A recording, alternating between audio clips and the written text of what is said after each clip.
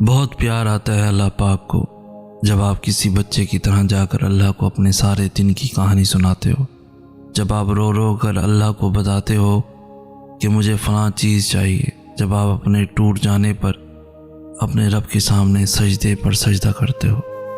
یقین کرنے بڑا پیار آتا ہے اس وقت اللہ کو اپنے بندے پر۔ انسان نے آسمانوں کے راستے تو دریافت کیے ہیں، لیکن اسے دل کا راستہ نہیں ملا۔ کسی کو ذلیل کرنے سے پہلے خود ذلیل ہونے کے لیے تیار رہیں، کیونکہ اللہ کا ترازو صرف انصاف تولتا ہے۔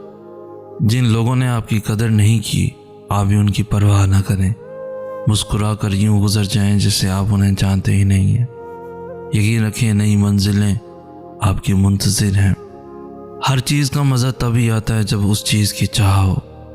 چاہت ختم ہونے کے بعد کچھ ملے تو نہ وہ طلب رہتی ہے اور نہ چاہ۔ اکثر اوقات ماضی میں مانگی گئی دعائیں اب قبول ہو جائیں تو رحمت کے بجائے زحمت یا بوجھ سے زیادہ کچھ نہیں ہوتی۔ بارش میں اتنی بوندیں نہیں برستی جتنی سجدے میں سر رکھنے سے رحمتیں برستی ہیں۔ اللہ کو بہت پسند ہے جب تم اس پر توکل کر کے تمام پریشانیاں بھول جاتے ہو۔ یقین کرو وہ پھر نوازنے میں زیادہ دیر نہیں کرتا، کیونکہ وہ اپنے بندے کو تڑپتا ہوا نہیں دے سکتا۔ اللہ فرماتا ہے جب کوئی تم پر ظلم کرے تو میرے انتقام پر راضی ہو جاؤ، کیونکہ میرا انتقام تمہارے انتقام سے کہیں زیادہ بہتر ہے۔ یاد رکھو دوستو، ہمیں اللہ نہیں توڑتا، وہ تو رحمان ہے۔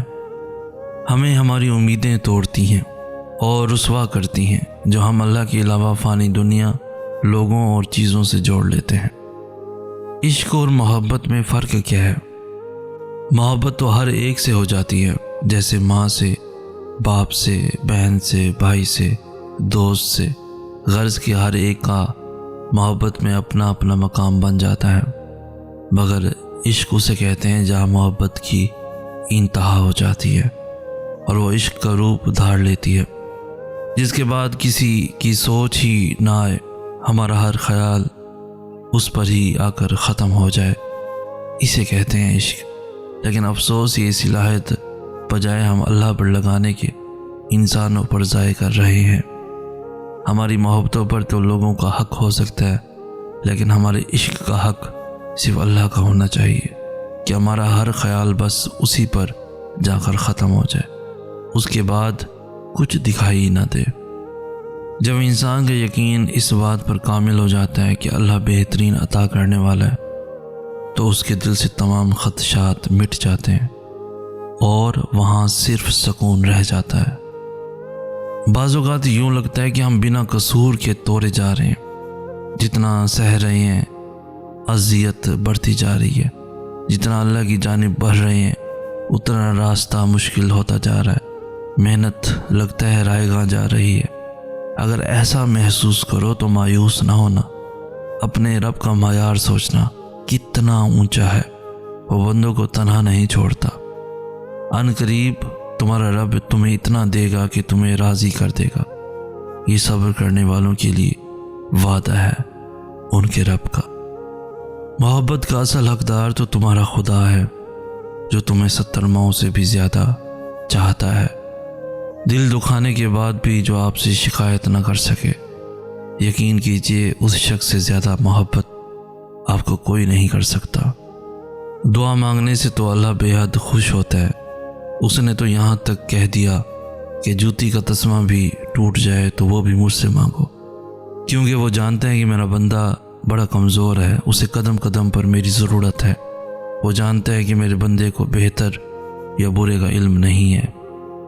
لوگ مخلص لوگوں کو حقیر جان کر انہیں چھوڑ دیتے ہیں، پھر دوسرے لوگوں سے دھوکہ کھا کر انہیں مخلص لوگوں کی یاد آتی ہے تو پلٹ آتے ہیں، لیکن وہ لوگ نہیں جانتے کہ مخلص لوگ مخلص تھے، بے وقوف نہیں۔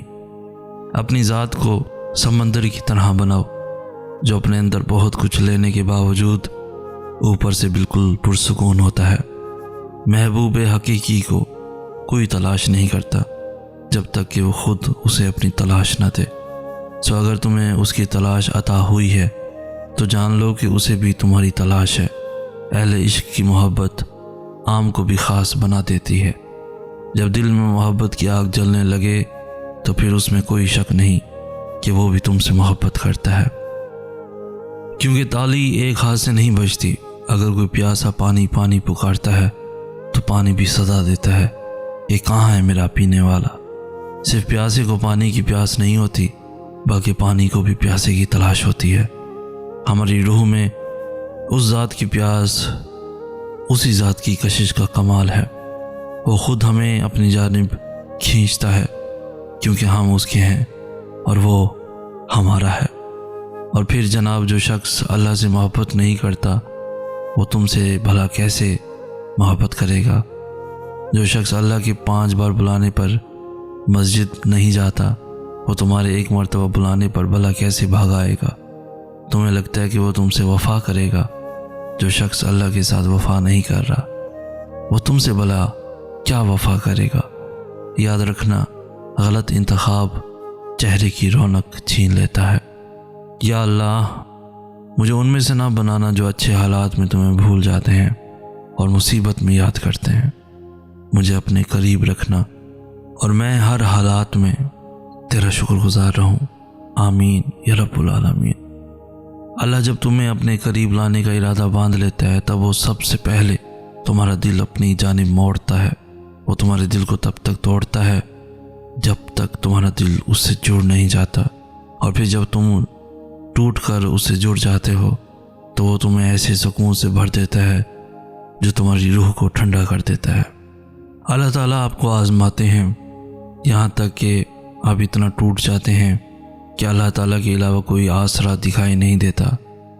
پھر اللہ تعالیٰ پر یقین رکھتے ہوئے آپ اس کے سامنے حاضری لگاتے ہیں، رو رو کر اپنی ضرورت مانگتے ہیں۔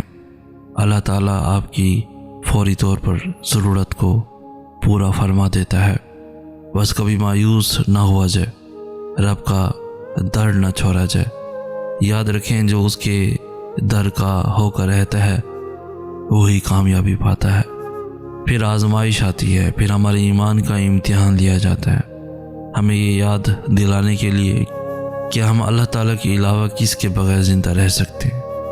ہم جن چیزوں اور جن انسانوں کو اپنا خدا بنا لیتے ہیں اللہ تعالیٰ ہمیں ہمارے انہی خداؤں سے چوٹ لگاتا ہے۔ جیسے قرآن کہتا ہے، سن لو اللہ تعالیٰ کی یاد ہی میں دلوں کا سکون ہے۔